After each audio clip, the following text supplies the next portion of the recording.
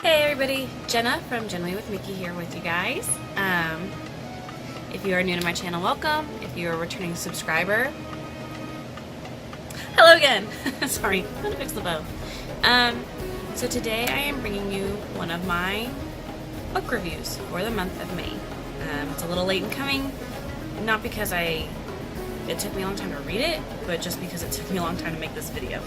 So without further ado, my book for the month of May was A Whole New World, A Twisted Tale. This was by Liz Braswell. See? Liz Braswell, A Whole New World, A Twisted Tale. So as you can tell, this was a retelling of Aladdin. The whole premise of the book is what would happen if Aladdin didn't get the lamp. So what if Jafar had gotten the lamp instead? So the way this book starts out, we are introduced to, in the prologue, Aladdin's mom. The interesting thing about Aladdin's mom is we never learn her name, but we actually get a little glimpse into her character, which I think was a really nice touch, especially since she's never really mentioned in the animated movie. I have not seen the live action version. I actually decided to read this book because the live action version just came out. But in this book, we get a small glimpse of her, and we see Aladdin as a child, which I think is really nice. Also in this book, we're introduced to two new characters that were not in the animated movie, which is Morgiana and Duban. These are childhood friends of Aladdin who are also very mischievous because they're growing up in a very poor part of Agrabah, and they kind of entice him into stealing. So we kind of see a little bit of their characters. We learn a little bit more about them later, but we're introduced to them. We're also introduced to Razul, who is a guard at the time, and we see more of his character also later in the story. I really liked this book. It goes further into, after the prologue, we see kind of Aladdin as a young adult, and the story kind of starts off similar as the cartoon, where Aladdin's stealing food to feed himself because he is born in such a poor part of Agrabah, and we kind of get to see a little bit of the politics and how there's definitely a poor section where those who are sick or those who are just put into this, I don't know how I want to word this, they're just definitely disadvantaged, and no one will hire the people who come from this area, and so they're kind of stuck in this terrible cycle where the only way they can feed themselves really is to steal, and then that's kind of how we see Aladdin getting by. He makes it very clear in the book that he steals only to feed himself, to survive, but never for personal gain, which I think is a very interesting insight to his overall moral character, and I like that a lot. Abu is also in this book. He is still the same monkey we know and love, and he's super cute. Jasmine, of course, makes an appearance. She is still the princess. I actually really liked her character in this book. She's faced with some really hard choices, and it's great to see her insight.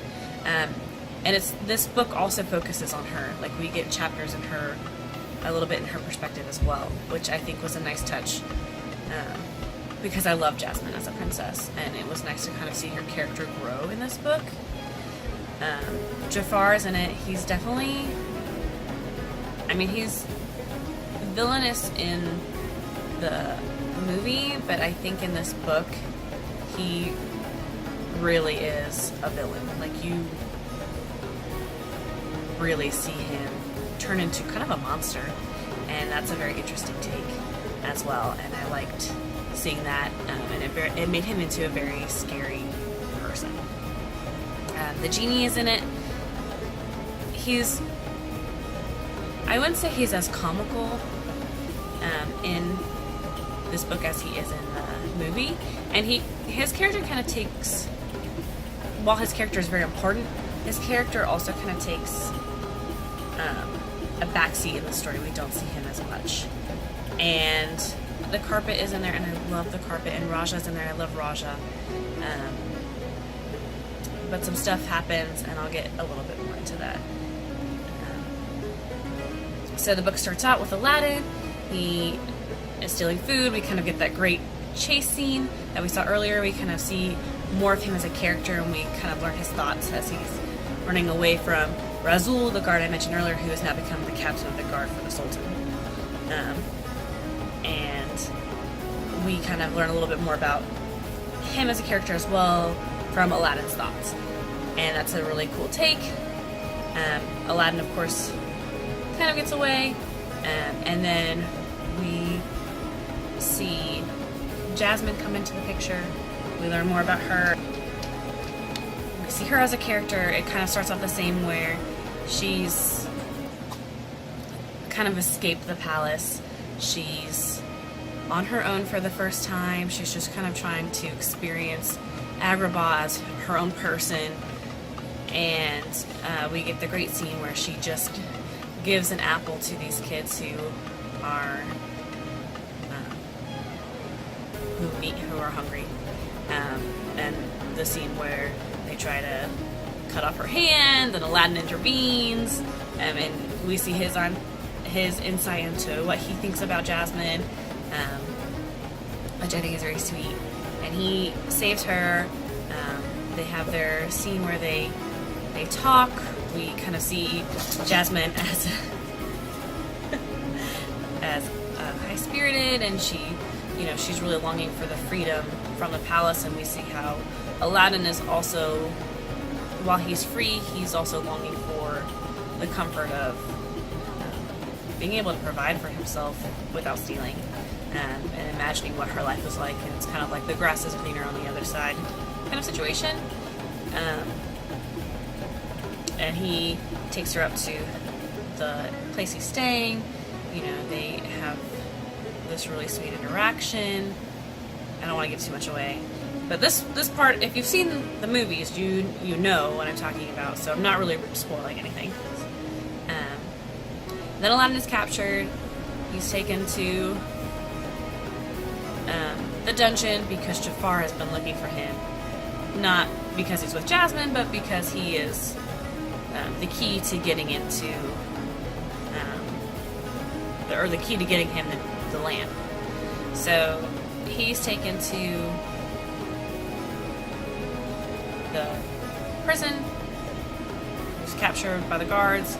Jasmine is taken back. She's furious, and she's trying to save Aladdin and make sure nothing happens to him, because she starts to care about him as a person.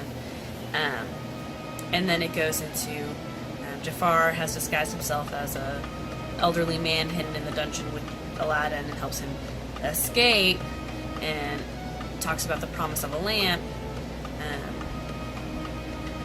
And Aladdin goes into the Cave of Wonders. He meets the carpet there. He gets the lamp. Abu touches one of the things he shouldn't touch, and so lava starts appearing. The carpet tries to help him get out, but in this story, Aladdin hands off the lamp to Jafar, and Jafar ends up backstabbing him and betraying him, and Aladdin gets stuck in the Cave of Wonders with Abu and the carpet, magic carpet. And then it kind of goes from there. We see Jafar having the lamp and his plans with it, and yeah. I'm not going to say too much more at this point. I definitely think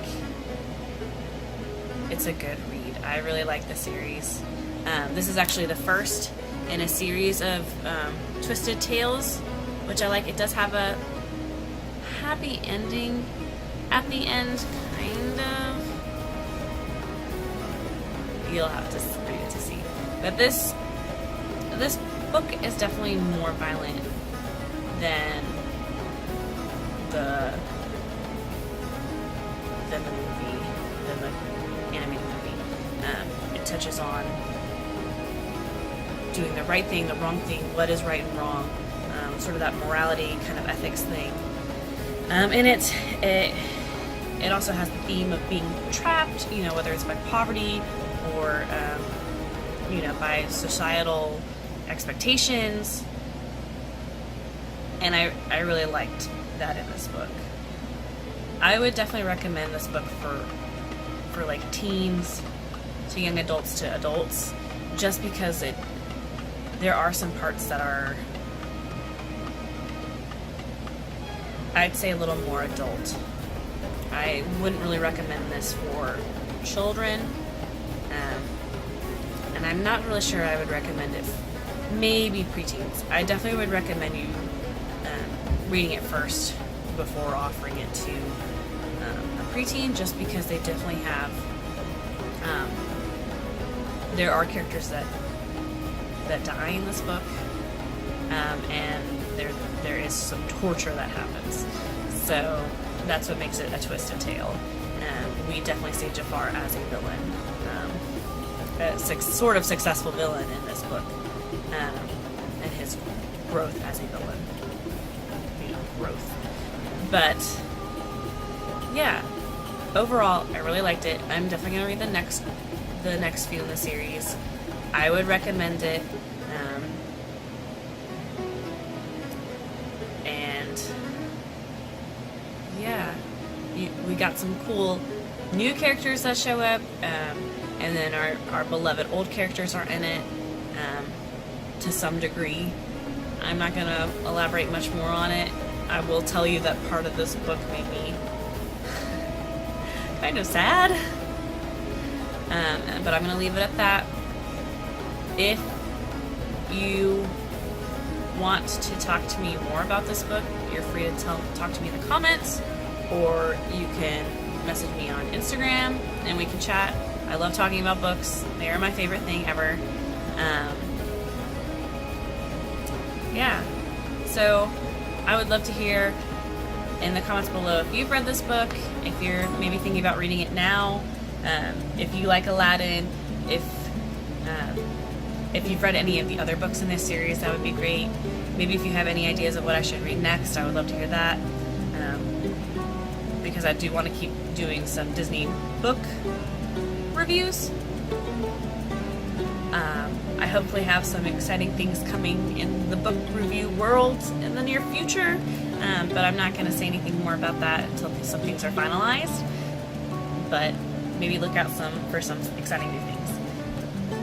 And yeah, if you like this video, if you're interested in more videos like this, please hit that like button.